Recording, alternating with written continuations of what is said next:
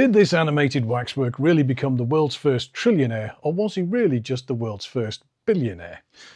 The answer comes down to if you use long scale or short scale names. Scientists and engineers like accuracy because it stops things blowing up or falling down when they aren't supposed to.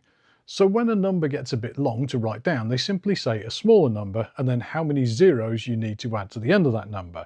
So 1 million is 1 times 10 to the power of 6, or a 1 with 6 zeros. When Musk became a billionaire, calling him a 1 times 10 to the power of 90-aire doesn't really roll off the tongue, so that's why they use names for numbers. But because they like to mess with people, the French got involved and made it a tad infuriating. Back in the day, the French invented a naming system for big numbers, and because they are French, they like to cause arguments, and they made two systems, the long system and the short system. And then they swapped back and forth between the two depending on who they were talking to at the time.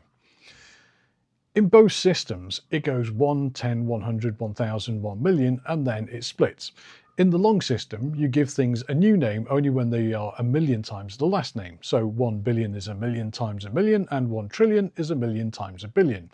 So 6 zeros for a million, 12 zeros for a billion, and 18 zeros for a trillion.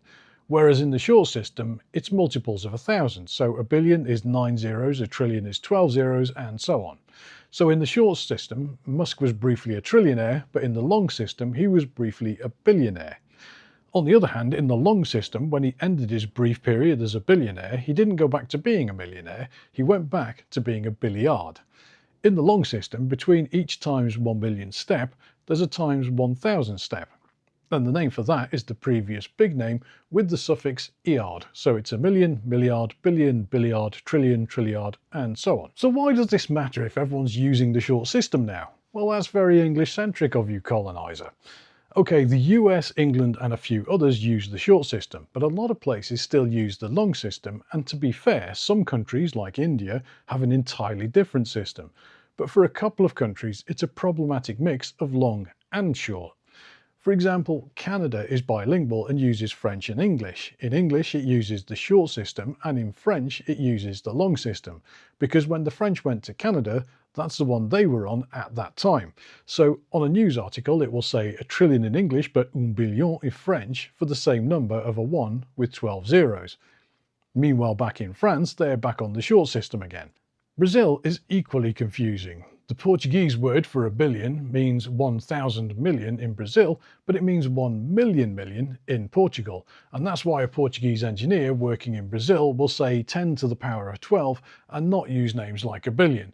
It makes for better names in writing, but in engineering and maths, it's a mess and a bit silly, which is why a mathematician got his nephew to invent a nonsense word to mean 1 with 100 zeros after it, and the name for that number is a Googol.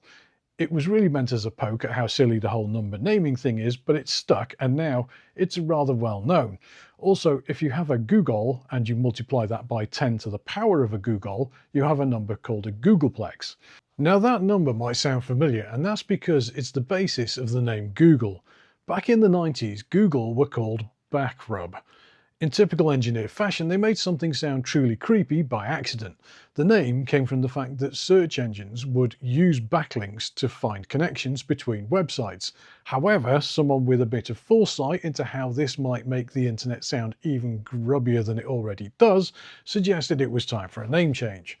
Long story short, they chose the name Googol because the search engine would be a way of searching huge numbers of linked pages. And they made a typo while registering the domain, and that's how Google was born. Larry Page, the founder of Google, liked the typo, so the name stuck. And now when you search for someone on the internet, you don't have to say that you backrubbed someone on the internet.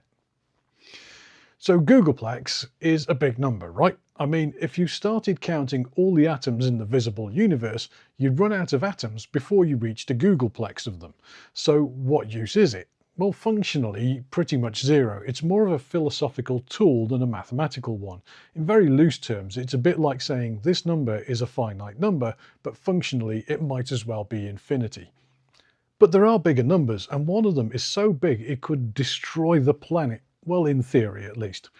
Graham's number is ridiculously bigger than a Googolplex. It's not his phone number, it's not that kind of number. It's used in Ramsey theory, which deals in multi-dimensional geometry, and that's pretty much all I'm going to say on that one because it'll only lead to a migraine. But Graham's number is so big, it'll do more than give you a headache. Theoretically, it can turn your head into a literal black hole. It comes down to how information is energy, and energy and mass are the same thing if you ask Einstein. If I ask you to remember the number 100, that's easy, but that number needs your brain to use a few neurons and a little bit of electrical energy to hold it there. Without that energy, that information is lost and it ceases to exist. But only so much energy can exist in a fixed space before physics throws a tantrum. So to memorize Graham's number in the space the size of your brain would take so much energy it crosses what's known as the Schwarzschild radius. Everything in the universe has a Schwarzschild radius because everything has mass. And if you take something like the Earth and squash it down to fit inside its Schwarzschild radius, which is about 9 millimeters, then it would collapse into a singularity and become a black hole. If you tried to memorize every digit of Graham's number, it would lead to so much brain power it would cross the Schwarzschild radius of your head and turn it into a black hole. To give you an idea of the insane scale, that's a density roughly the equivalent to the entire mass of the Earth, which would also get pulled into the newly formed black hole that was your head. So please don't try and memorize Graham's number, it will literally destroy the Earth. Knock it off, don't be so demand avoidant.